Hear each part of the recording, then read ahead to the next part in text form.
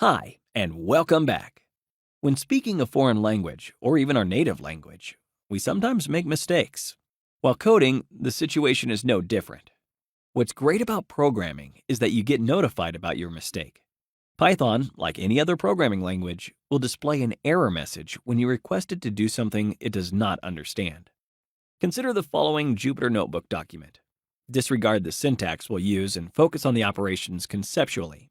They will be a mix of mathematical and programming requests. To begin, we will execute this cell to specify that we'd like x to be equal to the sum of 5 and 3, that is 8. Then we'd like Python to display the value of x for us by running print x in the following way.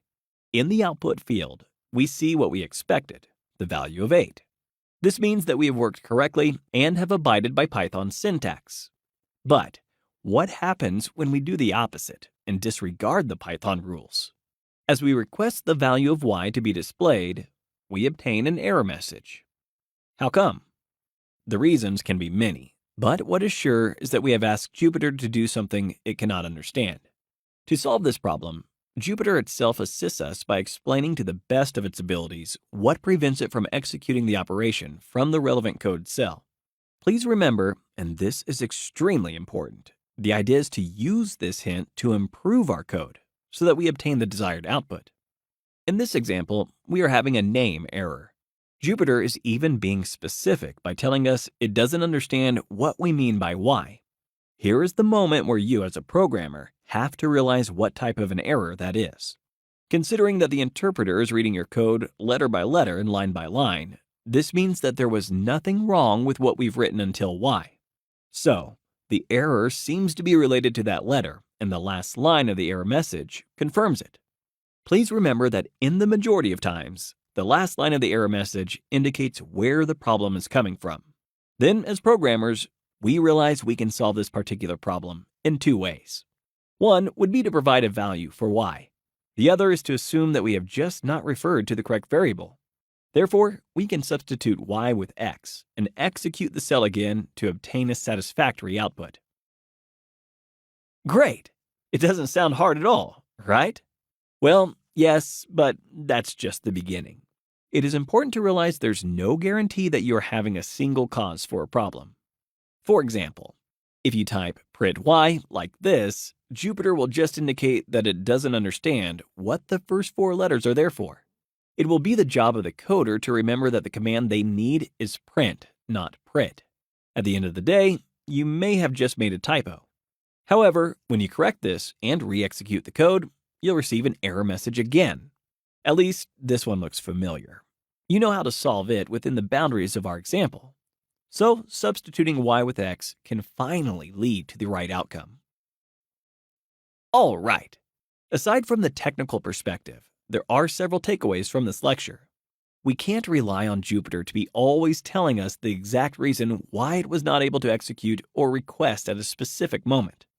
It is amazing how accurate and precise it can be in its suggestions. But don't be surprised. Sometimes the obtained error messages won't be very clear to us, the programmers. Therefore, it will be our job to understand the messages and decide on how to solve the given problem.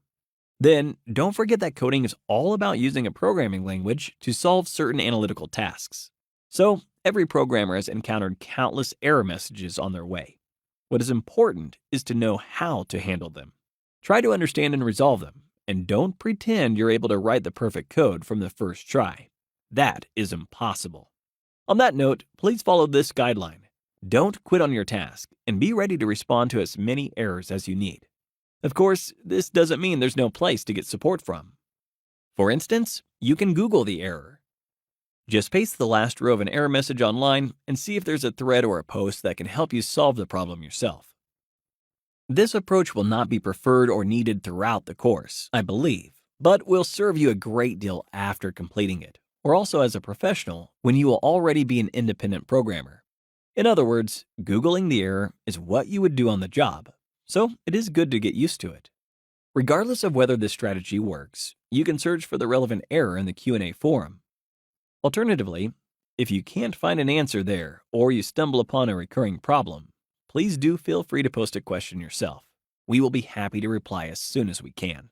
Just when you do that, please stick to the following structure. Let us know what your task is and what output you're aiming for. If you can point us to a particular lecture or section from the course, please do that as well. Then, paste the exact code you have executed before obtaining an error message. Third, provide a screenshot of the error message, or at least its very last line. That one is very important. Finally, anything else you can share about the problem will be much appreciated. Having this type of information will help us immensely to assist you better. So, we would be extremely grateful if you spend the time to provide it. To conclude, you don't need to just try and execute random code at this stage, but the principles delineated in this lecture will be applicable while programming in Python or other languages throughout the entire course and beyond. This will do for now. Thanks for watching.